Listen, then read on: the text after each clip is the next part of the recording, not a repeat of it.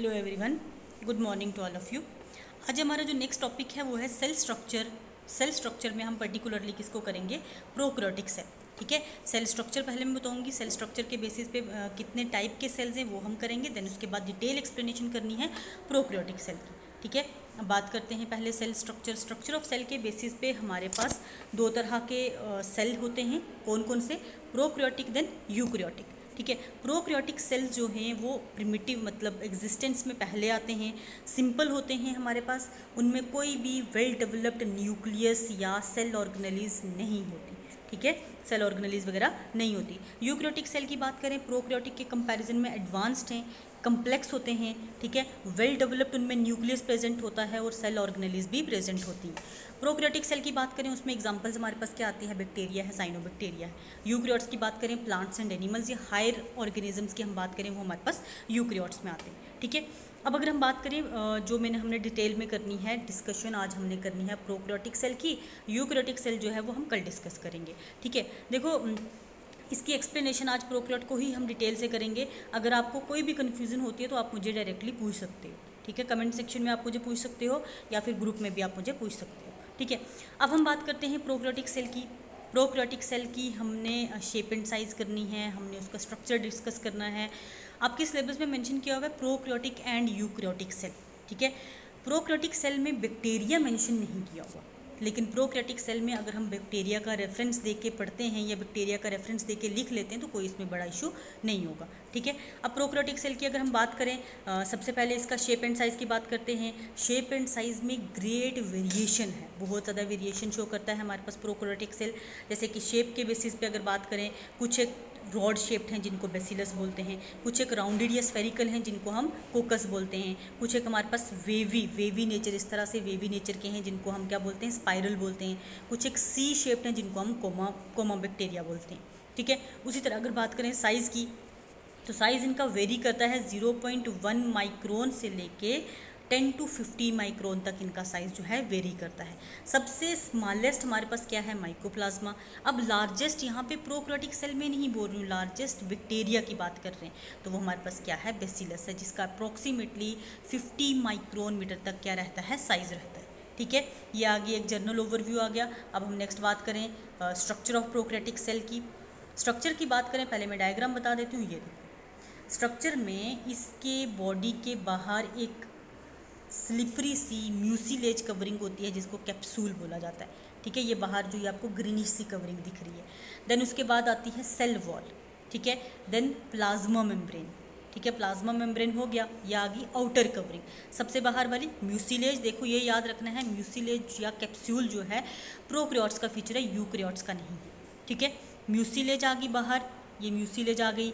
Then उसके बाद हम मान लेते हैं ये आ गई सेल वॉल। ठीक है, और उसके अंदर आ जाएगी सेल मेम्ब्रेन। इस तरह से 3 कवरिंग से कवर्ड रहता है ये हमारे पास।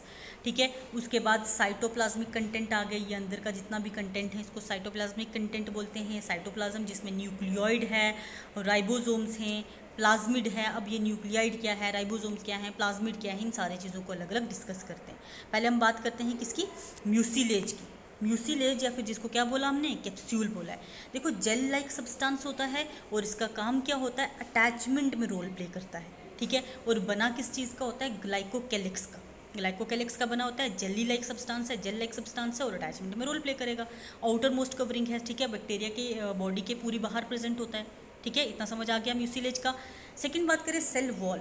अब जो सेल वॉल है ना, म्यूसिलेज के अंदर प्रेजेंट होती है और ये प्रॉपर शेप प्रोवाइड करती है, प्रोकैरियोटिक सेल को शेप प्रोवाइड करती है। ठीक है, आउटर मोस्ट कवरिंग मतलब म्यूसिलेज के अंदर ही होगी, लेकिन outermost covering of the cell हम इसको बोलते हैं। अब ये आपने याद रखना है, आपको ये क्वेश्चन नीट में आता है कि प्रोकैरियोटिक बैक्टीरिया नहीं बोलेंगे, प्रोकैरियोटिक सेल, उनकी सेल वॉल की कंपोजिशन क्या होती है आपको हर हाल में याद रखना है, बहुत ज़रूरी है। इनकी कंपोजिशन होती है पॉलीसेक्राइड एंड पेप्टिडोग्लाइकन पॉलीमर। किसके बने होते हैं? एन एसिटाइल म्यूरामिक एसिड और एन एसिटाइल ग्लूकोसामाइन। देखो, आपको या तो पूछ सकते हैं cell wall composition of prokaryotic cell, ठीक है, या फिर पूछते हैं बैक्टीरिया की सेल वॉल की कंपोजिशन क्या है, तो आपने याद रखना है polysaccharide and peptidoglycan polymers of N acetyl muramic acid, N acetyl N-एसिटाइल ग्लूकोसामाइन। ठीक है, ये आपको याद रखना है सेल वॉल की कंपोजिशन। उसके बाद सेल मेम्ब्रेन की बात करें, सेल मेम्ब्रेन जो है सेमी परमिएबल होती है। सेमी परमिएबल का मतलब सेलेक्टिव मटेरियल को पास होने देगी, सारी चीज़ों को पास नहीं होने देती।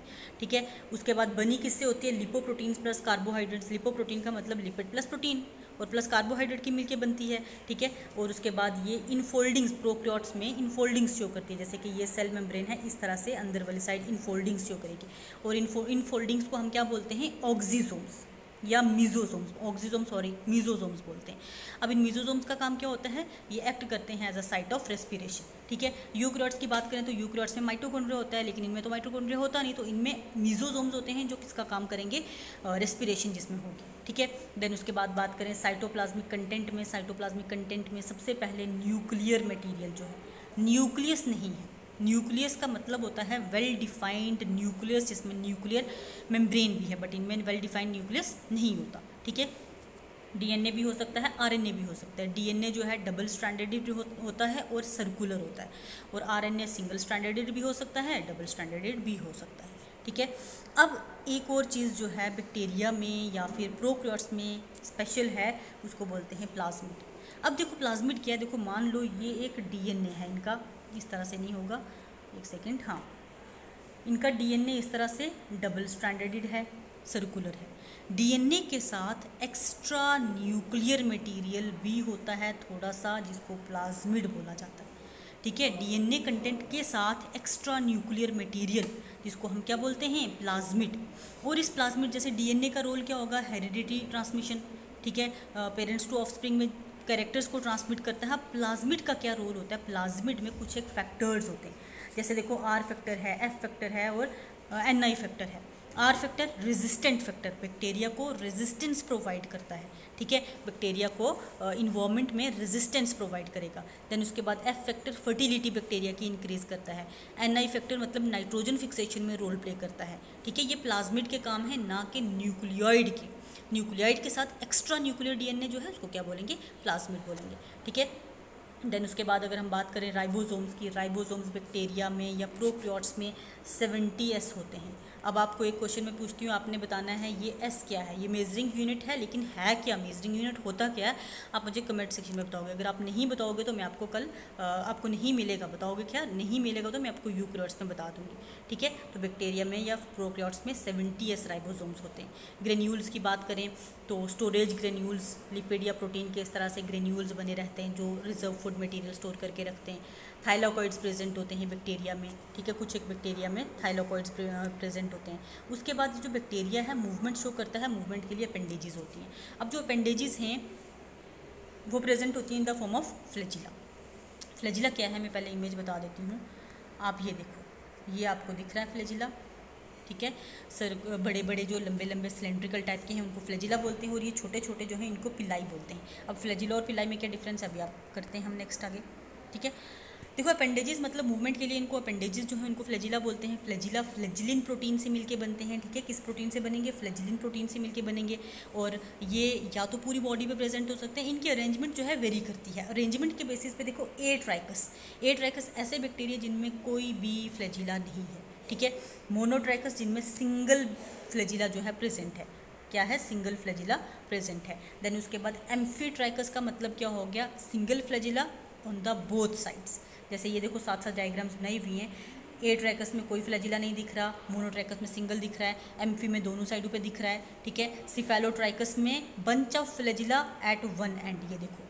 ठीक है, सिफेलोट्राइकस। देन उसके बाद लोफोट्राइकस क्या है? लोफोट्राइकस में bunch of flagella at both the ends. ठीक है, bunch of flagella at both the ends. उसके बाद हमारे पास पेरीट्राइकस में पूरी की पूरी बॉडी जो है फ्लैजिला से कवर्ड रहती है। ये चीज़ें आपको याद रखनी बहुत इंपॉर्टेंट है नीट पॉइंट ऑफ व्यू से। ठीक है, ए ट्राइकस आ गया, मोनोट्राइकस आ गया, एम्फीट्राइकस आ गया। देन उसके बाद हमारे पास सिफेलोट्राइकस आ गया, और लोफोट्राइकस और पेरीट्राइकस। ठीक है, ये आ गया on the basis of flagella. उसके बाद पिलाई क्या है? पिलाई देखो, अभी जो मैंने पीछे आपको बताई थी इमेज, उसकी पूरी बॉडी पे छोटे छोटे हेयर लाइक स्ट्रक्चर प्रेजेंट है जिनको हम पिलाई बोलते हैं। अब ये इनका काम क्या होता है, या तो नॉर्मल पिलाई ये एक्ट होते हैं या फिर सेक्स पिलाई। सेक्स पिलाई का मतलब ये बैक्टीरिया जो है एक बैक्टीरिया से दूसरे बैक्टीरिया में पिलाई के थ्रू अपना जेनेटिक मटेरियल ट्रांसमिट करते हैं, ठीक है। सेक्सुअल रिप्रोडक्शन जब ये शो करते हैं इस पिलाई के थ्रू ये ट्रांसमिट करते हैं न्यूक्लियर मटेरियल या फिर हम उसको बोलते हैं जेनेटिक मटेरियल, ठीक है। तो ये था हमारे पास स्ट्रक्चर ऑफ प्रोकैरियोटिक सेल। आज यहीं तक करेंगे, कल हम करेंगे यूकैरियोटिक सेल, ठीक है। Thank you so much.